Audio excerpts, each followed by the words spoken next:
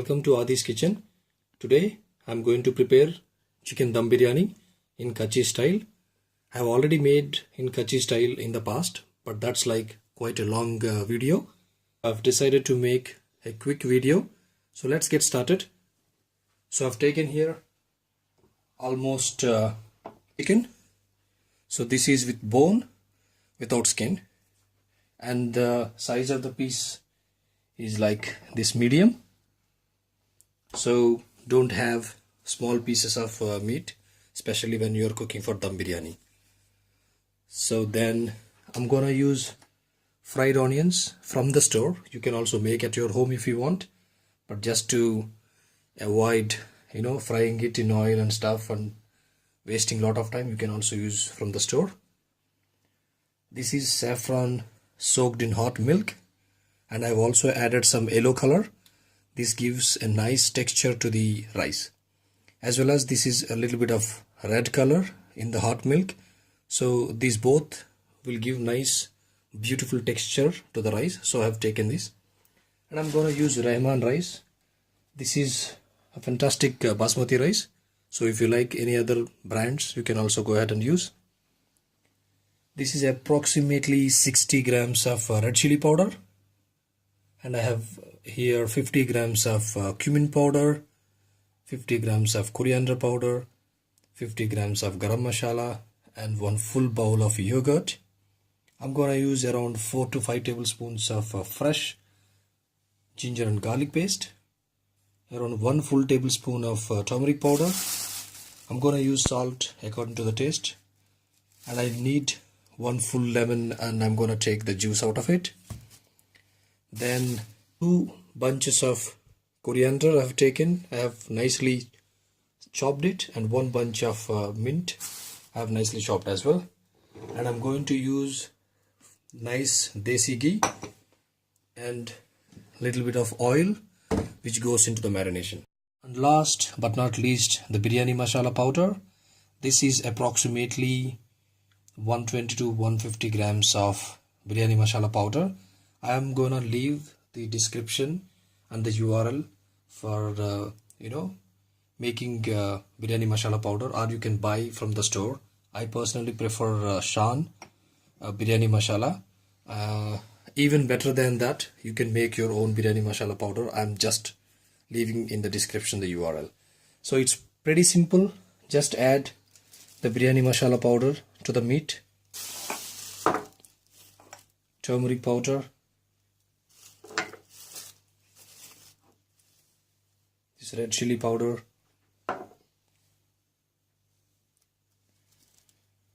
cumin powder, garam masala,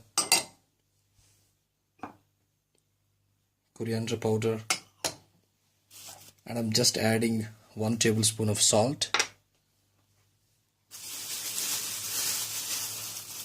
and mint and coriander, 5 tablespoons of ginger and garlic paste,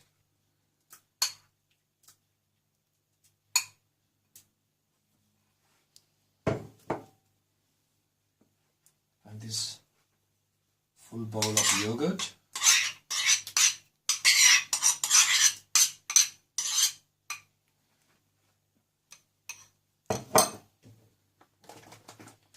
just approximately 6 to 7 tablespoons of oil,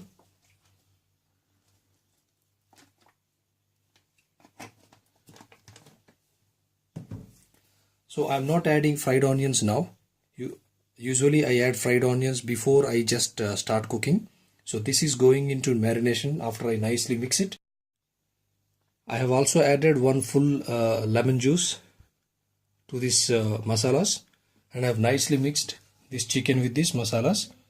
So this whole marination goes into freeze for about 3 hours. So for me, I'm just keeping it overnight. So minimum 3 hours is required. Now the chicken has been nicely marinated over the night. Look at these pieces. They are very well coated with these masalas. So right now I'm just adding almost around 250 grams of fried onions to this.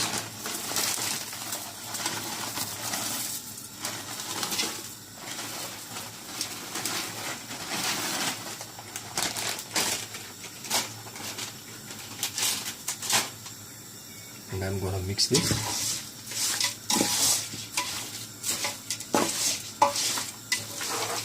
I'm also boiling the water, and to this boiling water I'm adding some salt. This is a key step. If you forget to add salt here, and your rice won't come out nice. So make sure you taste this water a bit, and then once the salt is enough, then you can also cook this rice. And this rice has been soaked in water for almost more than an hour. So I'm going to cook rice in this hot water, and I have taken almost 3 kilos of rice for almost 18 to 19 pieces of this big chunks of meat. Now the water is boiling. I'm just transferring this rice to this.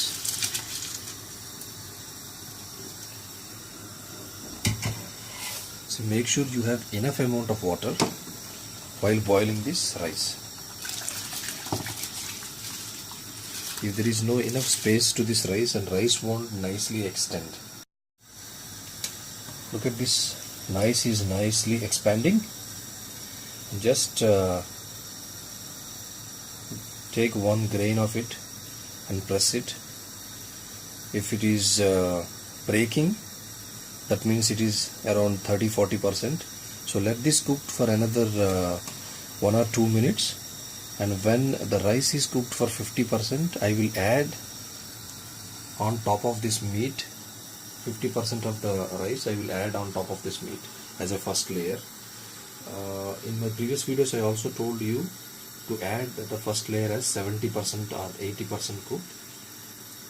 The amount of the percentage of cooking will obviously decides based on the thickness of the vessel, because this vessel is very thick, and I am going to cook this on a very high flame around 20 to 25 minutes.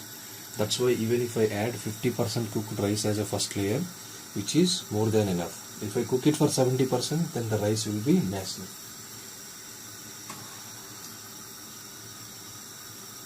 So let me just wait for another 1 minute, and then I will add the first layer of rice. So again I am testing.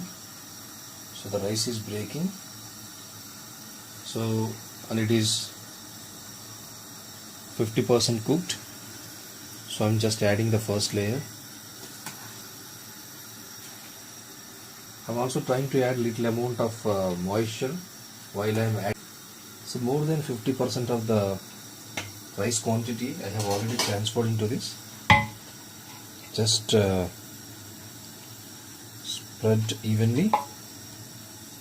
So I'm adding little amount of chopped mint and coriander on top of this first rice layer.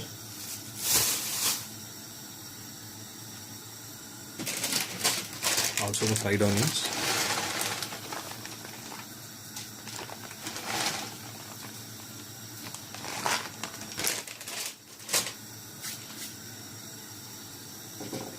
To this first layer I am also adding this red color.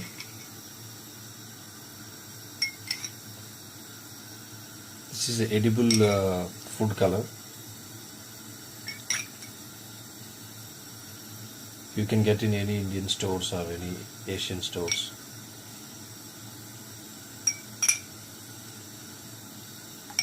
This will give a nice texture to the rice. So while I am adding my first layer of rice, so I can also see the second layer is also getting cooked. Almost 70% of the rice is cooked, so I am adding 70% rice also. So this is the remaining rice. Just I am transferring.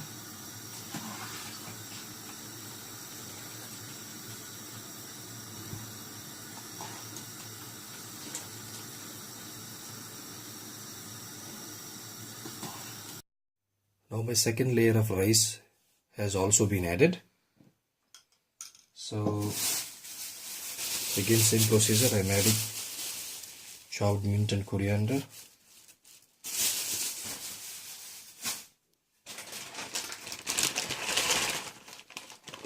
fried onions,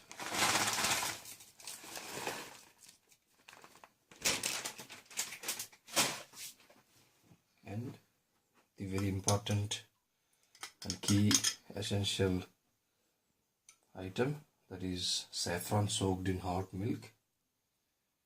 This gives a very nice flavor to the dish.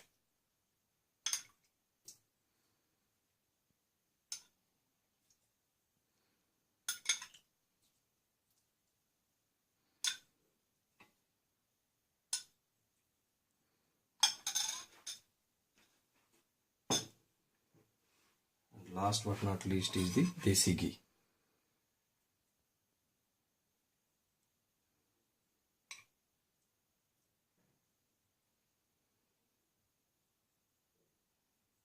I'm just adding only 3 tablespoons for this much quantity. 3 tablespoons ghee is minimum. So now I am just completely sealing this vessel. If you have a dough, you can just place a lid and then cover with the dough, but I'm currently closing this vessel with a foil and then keep a lid on top of it. Look at this vessel. This is very tightly packed with this foil. So I'm covering with the lid. And look at the flames. They're really on high flame. So I'm just transferring the vessel on top of to this. So I'm going to cook it for 25 minutes on high flame. Then I will put it to the lowest possible flame and cook it for another 30 minutes. And that's when the biryani will be ready. Please make sure, if you don't have thick bottom vessel, don't cook it for 25 minutes. Definitely it will burn. So you have to adjust according to the thickness of the bottom of this pan. So probably maybe 10 minutes is required if you don't have a thick bottom vessel. In such cases, you need to cook rice for 70% for the first layer and 85% for the second layer. 25 minutes on high flame and 30 minutes on low flame. The biryani has been ready. It has been nicely cooked. So let me just open this lid. Very careful because it's a lot of steam. You can see that.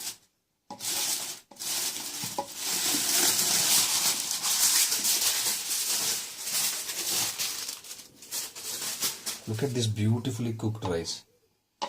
See? The rice has been perfectly cooked.